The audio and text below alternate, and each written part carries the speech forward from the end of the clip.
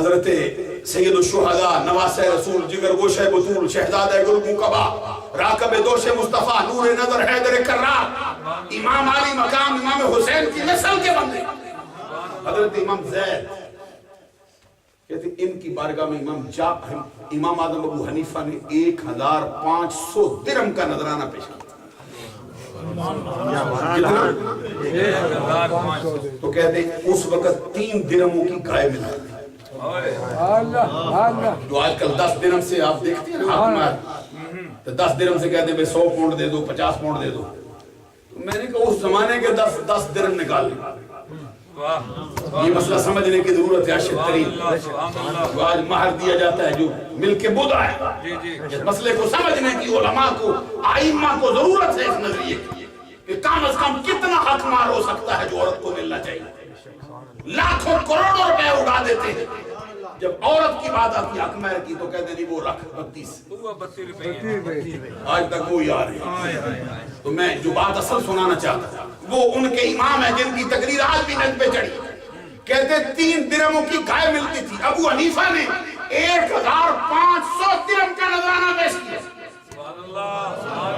معلوم ہو اہل سنت کو رب نے یہ مرتبہ دیا ہے کہ ان کا امام بھی ان کا خادم تھا وہ بھی نذرانے پیش کرتا خون پسینے کی کمائی سے 1500 لے کے آئے اور امام آدم ابو حنیفہ کی پیدائش کون سی تاریخ یہ 80 ہجری کا قول یہ حضرت علامہ شامی کہتے ہیں علامہ شامی کہتے ہیں یہ مخالفوں نے اڑائی کیونکہ ثابت کیا جا سکے کہ ابو حنیفہ تابعی نہیں کہتے ہیں اصل آپ کی جو تاریخ پیدائش ہے اس کے لیے 2 قول ہیں ایک 70 ہجری کا ایک 60 ہجری کا یہ میں نے ویسے جملہ معترضہ کے طور پہ آپ کی خدمت میں عرض کر دیا اور انہوں نے 27 صحابہ کرام کے نام لکھے علامہ شامی نے 27 صحابہ کی زیارت کی ہمارے امام نے سبحان اللہ کہو اسی آواز سے میں جو بات عرض کر رہا تھا یہ ابو حنیفہ اگر 80 ہجری میں پیدا ہوئے تو یہ تو ضروری ہے کہ کم از کم 20 برس سے تو اوپر ہوں گے جب نذرانہ پیش کیا 100 ہجری کی قریب یا اس کے بعد نذرانہ پیش کیا 1500 کا اس وقت 3 درہموں کی گائے ملتی ہو اب آؤ ذرا صدیق اکبر کا حال دیکھو جب اسلام قبول کیا تھا کتنا مال دیا ان ابا بکر یوم اسلم ولہ 4000 دینار ما انفقها علی رسول اللہ صلی اللہ علیہ وسلم صحیح حدیث میں آیا جس دن ابو بکر نے اسلام قبول کیا اس دن 40,000 دینار تھے اسلام قبول کرتے سارے اٹھا کے مصطفیٰ کے قدموں پہ نچھاور کرتے اب کی آقا ابو بکر بھی آپ کا ہے اس کا مال بھی آپ کا ہے اور دینار اور درہم کیسے تناسب ہوتا ہے جیسے آپ کے پاؤنڈ کے مقابلے میں پینیز ہوتی ہے اس طرح دینار کے مقابلے میں درہم ہوتا ہے 150 سال کے بعد ابو حنیفہ نذرانہ دیتے 3 درہموں کی اس وقت گائے ملتی 1500 دیا ہے ابو بکر کا اندازہ لگا 40,000 دینار 150 سال پہلے ابو حنیفہ نے محمد عربی کے قدموں میں نچھاور کیا سبحان اللہ کہیں گے آپ 40,000 دینار اس وقت دیے اور صدیق اکبر رضی اللہ تعالیٰ عنہ نے یہ جو مشہور روایت ہے یہ غزوہ تبوک کے بارے میں جیش اسرا کے بارے میں کہ سرکار دو جہاں صلی اللہ علیہ وسلم نے جب اعلان کیا من جہد جیش الاسرا فلہ الجنہ جو جنگ تبوک کے لیے سامان مہیا کرے میرے رب نے اس کے لیے جنت کے دروازے کھول دی حضرت فاروق اعظم کہتے ہیں میں ہر معاملے میں سوچتا تھا کہ ابو بکر بڑھ جاتا تو میں لگا رہتا تھا کبھی تو مجھے بھی موقع ملے میں بڑھوں میں نے کہا ابو دردہ بتا گئے اس سے آگے بڑھ نہیں سکتا ہے مصطفیٰ سے پوچھ لیا ہے یہ آگے کہتے اس نے میں مال لایا سرکار نے پوچھا گھر کا آدھا مال لایا کہتے سرکار نے مجھ سے پوچھا تھا آپ کہی دلے اہلے کا یا عمر ہماری طرح نہیں ہم آپ سے درخواست کریں کہ مسجد کے لیے لاؤ یا فلاں کے لیے لاؤ تو یہ کبھی کسی نے پوچھا گھر کیا چھوڑا ہے بولوں کسی نے کبھی پوچھا گھر کیا چھوڑا ہے سرکار دو جہاں نے کبھی پوچھے نہیں جاؤ کیا لائے یہ پوچھتے گھر کیا چھوڑا ہے اس کو بھی تو سمجھیں سرکار کو یہ فکر تھی کہ گھر والوں کے لیے کو چھوڑانا ضرور حضرت فاروق اعظم عرض کرتے میں نے عرض کیا سرکار جتنا لایا ہوں اتنا گھر والوں کے لیے چھوڑا فکر نہ کریں آپ کہتے ابھی سوال ہو رہا تھا جواب ہو رہا تھا صدیق اکبر بھی آپ جو سوال سرکار نے مجھ سے کیا وہی فاروق صدیق اکبر سے کر دیا کہتے پھر پوچھا ما ابقیت لأہلک یا ابا بکر، ابو بکر بول گھر والوں کے لیے کیا چھوڑا؟ کہتے میرے جواب میں ابو بکر کے جواب میں زمین و آسمان سے زیادہ کفا ہے۔ میں نے کہا آدھا لایا ہوں آدھا چھوڑا ہے۔ ابو بکر کہتا ہے اب کئی تو لہم اللہ و رسولہ، دنیا کا سارا مال لے آیا ہوں، گھر والوں کے لیے اللہ چھوڑا ہے اس کے رسول۔ سبحان اللہ سبحان اللہ۔ اور پھر یہ صدیق اکبر پہلے بندے ہیں، سرکار دو جہاں صلی اللہ علیہ وسلم کی امت میں پہلا فرد ہے جس سے رب نے رضا پوچھی۔ سبحان اللہ ابو بکر بول راضی ہے یا ناراض؟ سبحان اللہ۔ یہ مرتبہ صرف صدیق اکبر رضی اللہ تعالیٰ عنہ کو ملا۔ ابھی یہ فاروق صدیق اکبر نے یہ کہا تھا جبرائیل امین آئے، سرکار نے فرمایا کیسے آیا ہے؟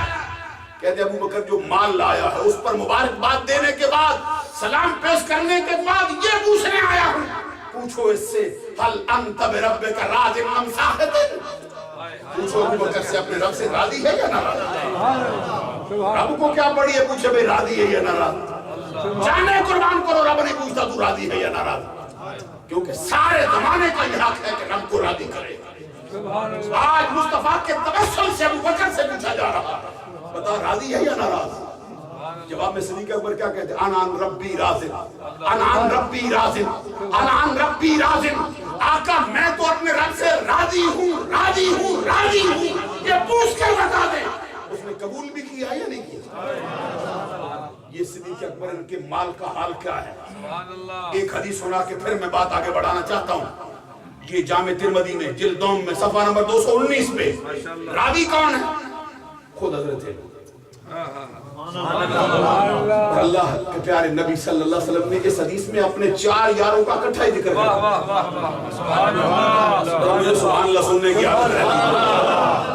تو یہ حضرت علی 4 یار کا ذکر کریں، پھر حضرت علی سے کوئی بڑا مفتی ہو تو اس کو لے آ اٹھا۔ ہمارے ہاں تو علی کے فتوے کے بعد پھر کسی کے فتوے کی ضرورت ہم کو ہے ہی نہیں۔ حضرت علی شیر خدا رضی اللہ تعالیٰ عنہ راوی ہے، سرکار دو جہاں صلی اللہ علیہ وسلم نے فرمایا، کہتے رحم اللہ ابا بکر زوجنی ابنتہ وحملنی الی دار الہجرہ واتک بلالا من مالہ، رحم اللہ عمر یقول الحق ان کان مرا ترکہ الحق ومالہ صدیق، رحم اللہ عثمان تستحیہ الملائکہ، رحم اللہ علیہ اللہم عدل الحق معه حیث اللہ۔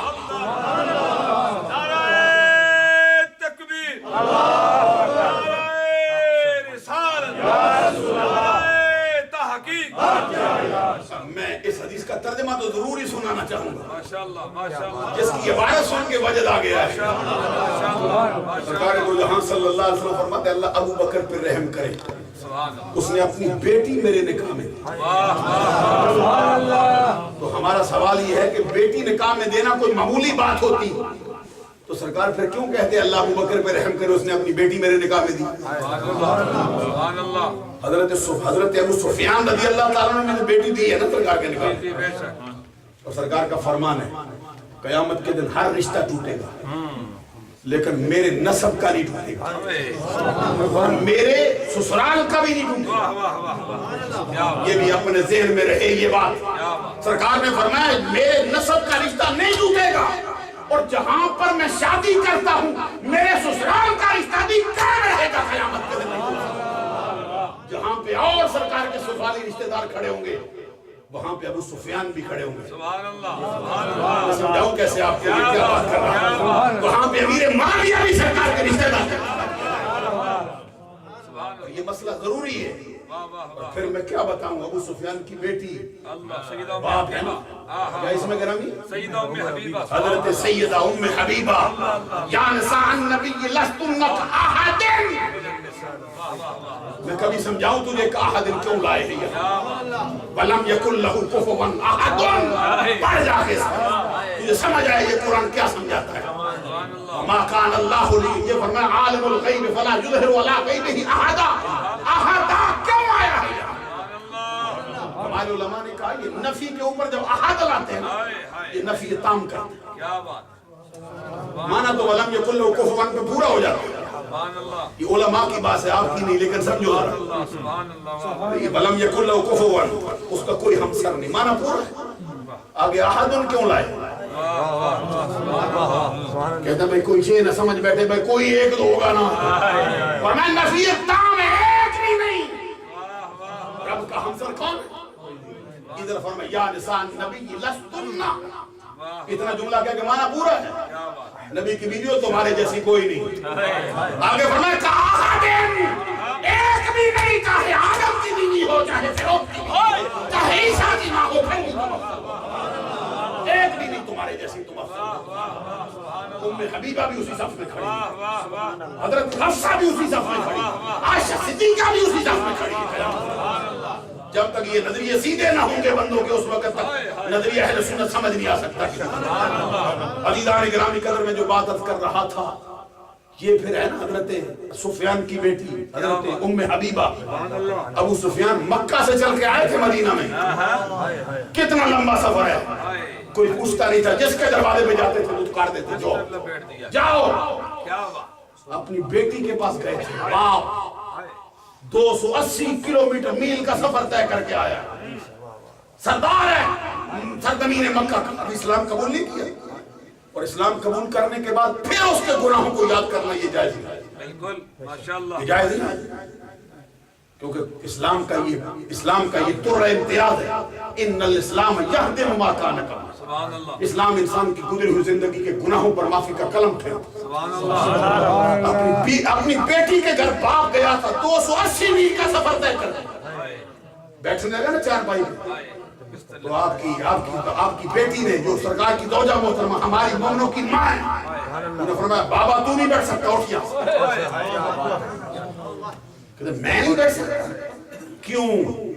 آگے سے حضرت ام حبیبہ فرماتی ہے اپنے والد سے کہتی، کیوں؟ اس بستر پہ میرا سر کا تاج محمد عربی بیٹھتا ہے، تو نہیں بیٹھ سکتا، کیوں نہیں بیٹھ سکتا؟ کہ تو بھی ناپاک۔ علماء سے پوچھ لو تو کوئی بندہ کافر ہی ہو اس کا جوتا ناپاک ہوتا؟ پوچھو، نجاست حکمی ہے، ظاہر تو نہیں ہے، کیا بات ہے، کیا بات، اس کا جوتا ناپاک نہیں ہوتا، پاک ہوتا ہے۔ یہ جو انما المشرکون نجس، یہ دل کی نجاست ہے۔ آپ کے ساتھ کوئی غیر مسلم بندہ ٹکرا جائے تو آپ کا جسم ناپاک ہوتا ہے، لیکن وہ زوجہ ہے محمد عربی، وہ کہتی مجھے گوارا نہیں کہ تو ادھر بیٹھے جہاں میرے سر کا تاج نہیں بٹھاتی میں اپنے باپ کو۔ یہ قیامت کے دن یہ رشتے بھی قائم ہیں، سبحان اللہ، لیکن سارے رشتے چھوڑ کے مصطفیٰ کہتے ہیں اللہ ابو بکر پہ رحم کرے، اس نے بیٹی دی، بیٹیاں تو اوروں نے بھی دی ہے نا، لیکن ابو بکر کا انداز اور ہے۔ وقت اگر مجھے اجازت دیتا اور آگے مجھے جانے کا اندیشہ نہ ہو، ابھی یہ جو حدیث پوری کرنا چاہتا ہوں کیونکہ 40 منٹ ہو گئے ہیں، لیکن میں تھوڑی سی بات ابھی سنانا چاہتا ہوں۔ آگے فرمایا سرکار نے وَحَمَلَنِي إِلَىٰ دَارِ الْهِجْرَةِ، اللہ ابو بکر پہ رحم کرے، اس نے ہجرت کی رات مجھے کندھوں پہ سوار کیا۔ مفتی احمد یار خان گجراتی سے پوچھ، کئی کتابوں کا حوالہ دے کر لے کے کہتے ہیں ہجرت کی رات ابو بکر صدیق نے اپنے آقا محمد عربی کو 11 میل کندھوں میں اٹھا کے سفر کیا ہے ابو بکر۔ نہیں سمجھ آئی ہے؟ میں کہنا چاہتا ہوں قرآن پڑھتے ہو صفا و مروہ اللہ کی نشانیاں ہیں، ان الصفا والمروہ من شعائر اللہ، کیوں بنی ہے؟ حضرت حاجرہ کے قدم لگے، ان پتھروں کو، ان کنکروں کو، ان زمین کے ذروں کو، حضرت حاجرہ کے قدم کو چومنے کا شرف ملا، اللہ کے شاعر ہو گئے، جو اس کا انکار کرے کافر ہو۔ میں کہتا ہوں اس ابو بکر کے سینے کا کیا حال ہے جو 11 میل تک مصطفیٰ کے قدم چومتا رہا ہے۔ میں سمجھا نہیں سکا اور پھر میر عبد الواحد الگرامی لکھتے ہیں، کہتے ہیں ہجرت کی رات سرکار نے دروازہ کھولا تھا، سنو توجہ سے، ارادہ یہ کیا تھا کہ ابو بکر کے گھر جاؤں گا، توجہ ہے نا، ارادہ یہ تھا، پیری مریدی کرتے ہیں نا لوگ، یہ دیکھ مرید کیسا ہے، پیر کیسا ہے، کہتے ہیں ارادہ تھا کہ سیدھا صدیق اکبر کے گھر جاؤں گا، اسے ساتھ لوں گا۔ جیسے ہجرت کی رات سرکار نے دروازہ کھولا نا، دروازہ کھولا سرکار نے، دیکھا ابو بکر گردن جھکائے، ہاتھ باندھے کھڑا ہے دروازہ۔ سرکار نے خود تعجب کیا، فرمایا رب نے مجھے آج ہی حکم دیا، جو سنانے آیا تھا وہ جبریل ہے، میرے سوا کسی کو نہیں ملا، لوٹ گیا، میں نے ایک کو بتایا ہے وہ مولا علی شیر خدا ہے، وہ اندر بستر پہ ہے، کسی کو ملے نہیں، تجھے کون بتا دے،